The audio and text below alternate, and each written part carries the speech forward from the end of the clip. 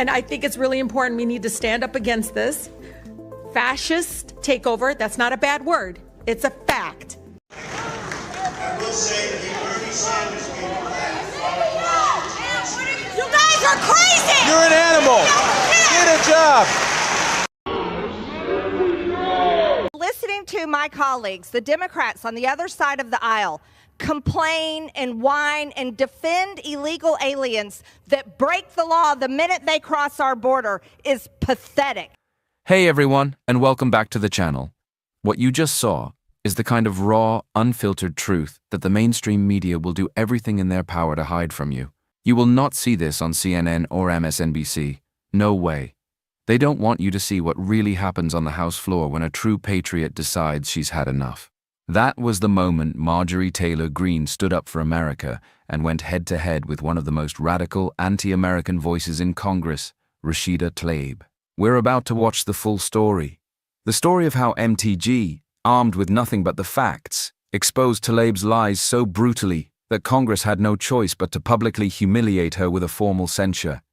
They literally dragged her out, metaphorically speaking, in front of the entire world.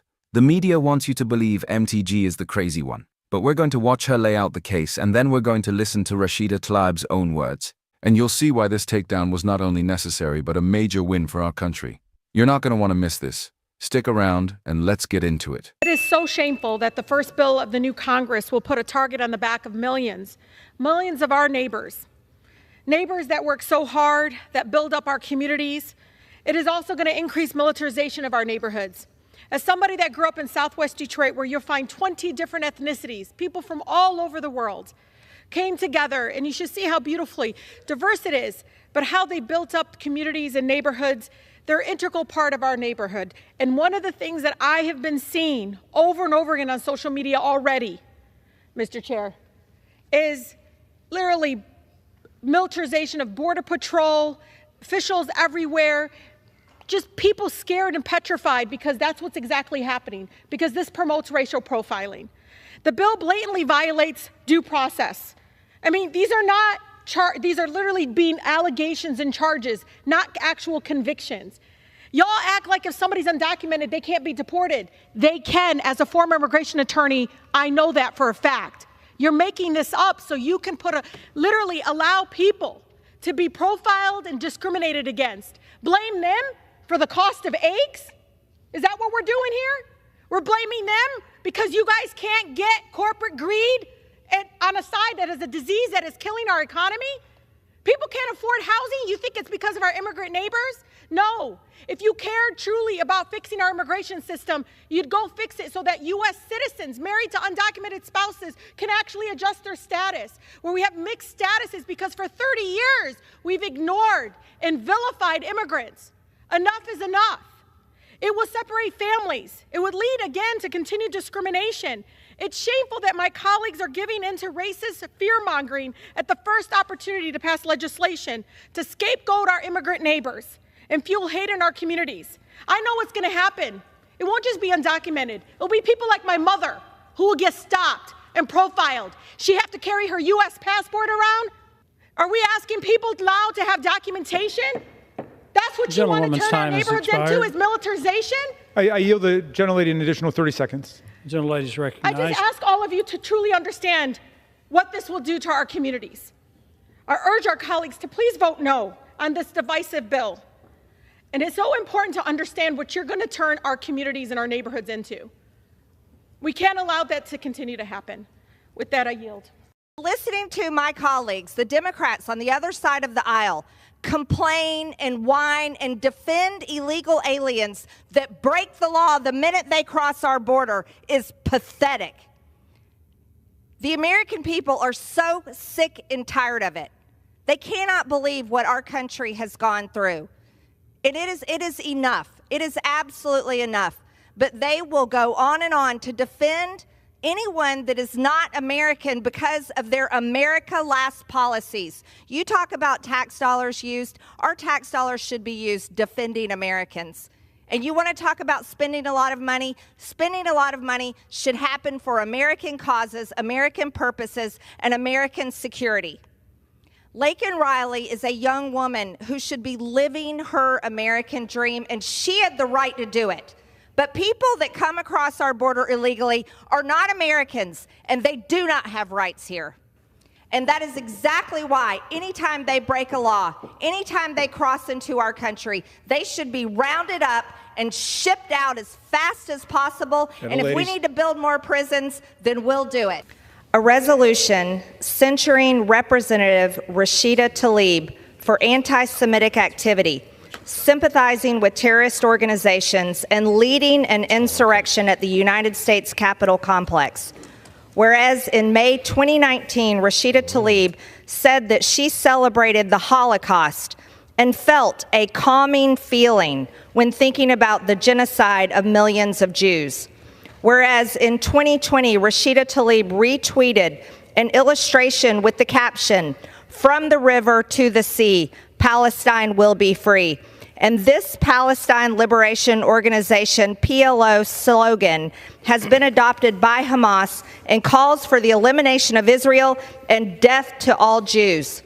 Whereas in September 2022, Rashida Tlaib, as a member of the Congressional Progressive Caucus, displayed her disdain for Israel, saying, "You cannot claim to hold progressive values, yet back Israel's apartheid government." Whereas instead of denouncing the horrors of Hamas, slaughtering Israelis, and demanding the release of all hostages held by Hamas, Rashida Tlaib stated on October 8, 2023, "The path to the future must include lifting the blockade, ending the occupation, and dismantling the apartheid system that creates the suffocating, dehumanizing conditions that can lead to resistance." Whereas Rashida Tlaib exhibited her hatred for America by reposting a message on October 12, 2023, blaming America for allowing the deaths of Palestinian babies at the hands of Israel.